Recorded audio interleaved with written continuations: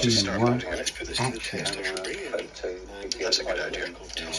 This, I didn't know at first what this looked like. It looked like a dial with no markings, but I think it's a temperature sensor, and that complements the LDR, the light-dependent resistor. And really, there's not an awful lot else. There's a crystal, which is good. 32.768 kHz, probably. I don't think that's marked.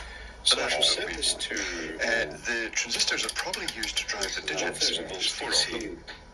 A couple of sides, clicky buttons, small capacitors, 2 small capacitors, which will be the ones for the crystal to provide a slight load, keep it stable, and then a 100 nano 104, which is a decoupling capacitor. And all the component values are, well, some of the component values anyway, are the resistors are marked, the values are marked on the circuit board, and the other ones, it's all fairly obvious where they go. So let's start.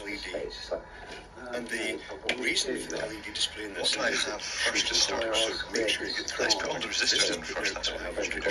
You put it on, so, and the LED ramps up, and there are going to be 7 10K resistors for a blue LED. And there are going to be 8 330 ohm resistors. That does suggest that 330 ohm resistors are limiting the current to the LED display. Now, these are horrible voltage application. I prefer to actually use a meter to test them because so let's do that, because it's very hard reading the colours of them, because even orange becomes brown when it's got a blue background, but this is hopefully 330. 25 volt, that's good enough for me. So I might actually just go of a LED 330 filament. And that's going to be, that means these are going to be 10K. Gently ramps up that. 4-band colour code. And 75 volts across that. Let's see. Interesting.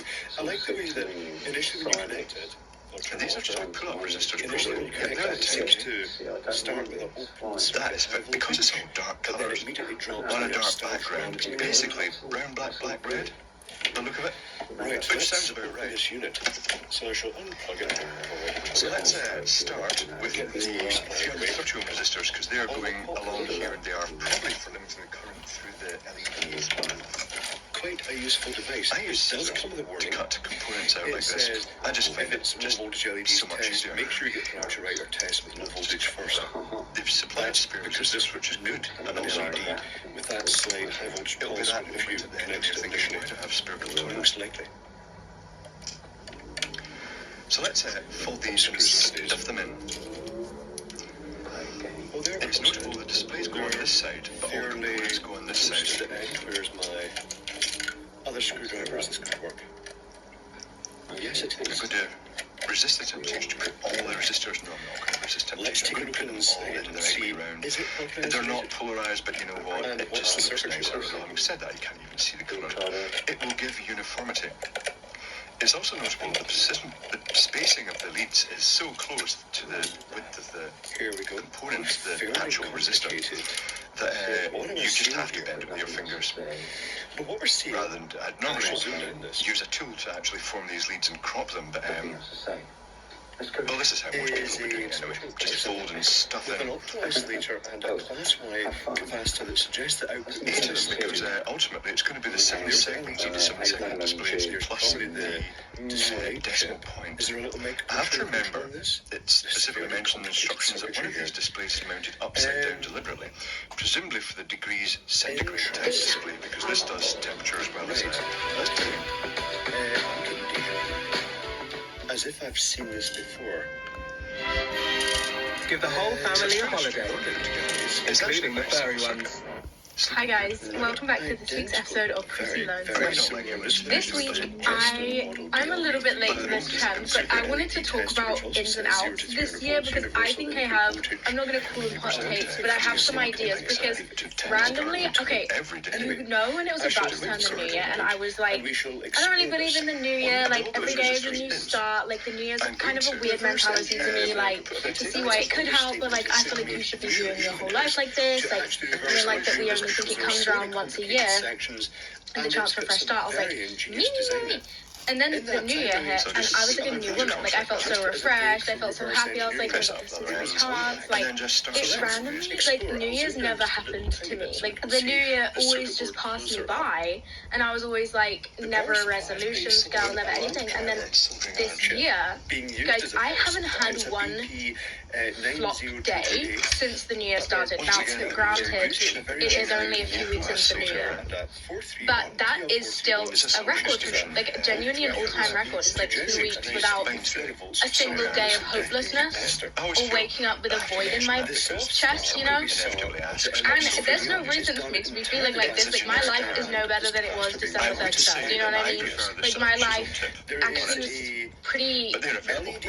We were in a bit of a dire situation before the New Year's. Like, my life was just crumbling around me, and I had various situations where I was like, you know, it was less than ideal, and I was like, oh god, like, what am I doing? This isn't even funny anymore. Like, this lost its appeal. I'm not like young, cute teenager in distress anymore. I mean, I am, but like, also I'm not. Like, also this is starting to feel a bit embarrassing. So I was like, wow, why is my life a mess? And then New Year's hit, and suddenly everything has fixed itself.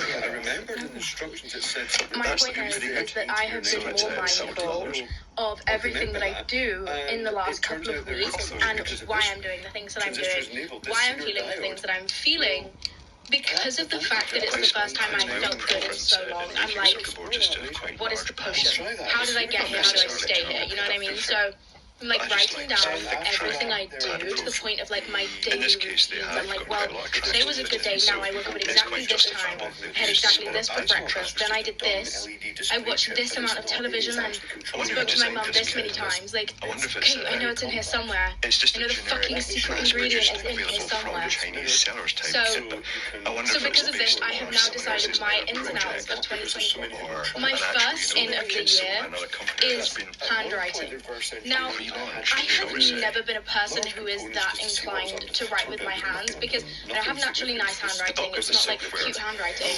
And I've never been able to make anything. Well, to be fair, I've never made anything look cute in my life. Like when people do like nice handwriting and then they highlight little bits of the writing so it looks like it's a shadow, I've never been able to figure that one out. And like, I can't even make bullet points look cute. Like, some people just know how to do those things. I'm not one of them. But I have recently rediscovered writing with my hands because everything I do is online. I type on a laptop, I type on my phone, I use my little pencils for my little tablets. I'm always, even if I'm like drawing with a pencil on a tablet, it's still electronic. Like, I do not write. When I was at uni, I used to write a lot. I had like nothing online. I did everything by hand because it entered my brain way better if I did it like that. So that's just how I did it, even though it was really time consuming. But then I graduated, and since then I've barely picked up a pen. But something came over me recently where I was like, I need to start journaling again. I need to start diarying again. Like, I need to put my thoughts on hard paper because I wanted to have them to look back on. I wanted to start diarying, and diarying, that's something wrong. It sounds like diarrhea. I wanted to start keeping a diary because I was like, how am I doing all this something and I'm not even going to be able to look back on my thoughts about them? I might as well not be doing them because they're going to be a moment for a moment and then they're going to be memories forever and I'm not even going to have anyone to remember them by. That seems pointless to me. So I've started diarying. I've started keeping a diary, and it really prompted me to start writing my feelings down again. Like, it started out, I just wanted to write like, today I did this, like just basic, and then it started to motivate me to write down exactly how I'm feeling, and I realized I'm so much more inclined to be honest and to actually take time and think about what it is that I'm saying when I have a pen in my hand and paper. And I just think it is so cute to have a hard log copy of your life. Like, God knows what's going to happen in like 40 years from now when we're old and we have kids. Like, social media might still exist, people might fucking hate it, like, probably the same apps won't exist, and like, if they don't exist, like, say the internet crashes, have you downloaded all the videos you've ever posted, and like, do you have spare copies of all your Instagram pictures? Like, because I don't, technically everything could just disappear, right? Like, I don't have anything saved anywhere else. And also, like, it's just not that cute looking back on photos on a camera. Like, it's also just not that cute looking back at things online. Like, I want a hard copy that I can show my kids, or like hand to my kids, and they can like read the diary that I kept when I was 22 years old. Like, that is so incredibly cute to me, and it's just so much more worth it. And like I said, like, memories are so permanent, and the moment is so temporary. Like, why am I not doing more to preserve the memory of something? Because I like to live in the moment, but I want to live in the moment fully, and then at the end of every day come home and just like, you know what I mean? Like, it's so, life is so special, and I think I've realized this year that it is passing me by so incredibly quickly. Like, I did not realize how short a year is. I remember at the start of 2023, I said to my friend, or they said something like, oh, in December, so it was like January 2023, and they were like, oh, in December 2023, do you want to go to this place? And I was like, are you asking me if I'm available in December? In 12 months? Like, I don't fucking know. And they looked at me, and they're a few years older than me. They looked at me and they're like, do you think a year is a long time? I was like, yeah, I think a year is a long time. And they were like, it's not. Like, December's around the corner. The way that freaked me the actual fuck out. Like, I have genuinely been in an existential crisis ever since that day, because what do you mean? Because also they were right, and that is the most important part. And I thought about it the entire year. And it's just made me realize, like, to me, a year was the longest period of time there was. It was a year. If you live in the UK and you're over the age of 65, you could qualify for up to £10,000 in funeral cover. And then you started another one. But then, like, now, I'm just seeing years, like, differently. Like, that it's just such a small amount of time a year. Like, it sounds long, but it's not. It's only 12 months, and a month is so quick. We only have 12 of them. But I think the nicest thing about the passage of time moving more quickly for me, I guess it just happens as you get older, the years start to seem shorter because you've done more of them. But like, I don't know, it's just like, I feel like I was, it's just so weird as well, because I feel like I was 6 years old for 20 years. It's like, 6 lasted forever, 7 lasted forever, 8 lasted forever, and then like my teenagers lasted forever. Like, I was 16 for an eternity. I was 14 for like 12 years. And then I was 20 for about 3 months. Like, it went so quickly, and it scares the living shit out of me, because I'm literally going to be 50 before I know it. Oh my god, stop.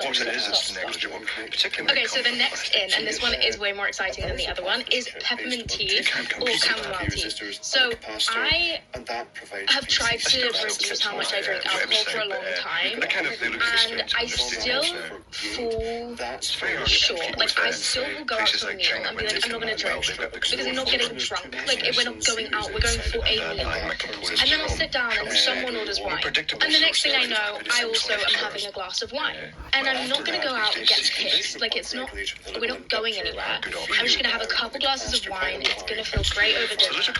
And then I'm going to go home. And there was really not that much point in drinking it.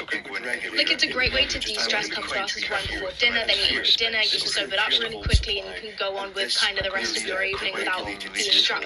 Like, that's nice. That's the kind of thing I do at Christmas. But like, it kind of got to the point where I was just drinking one glass of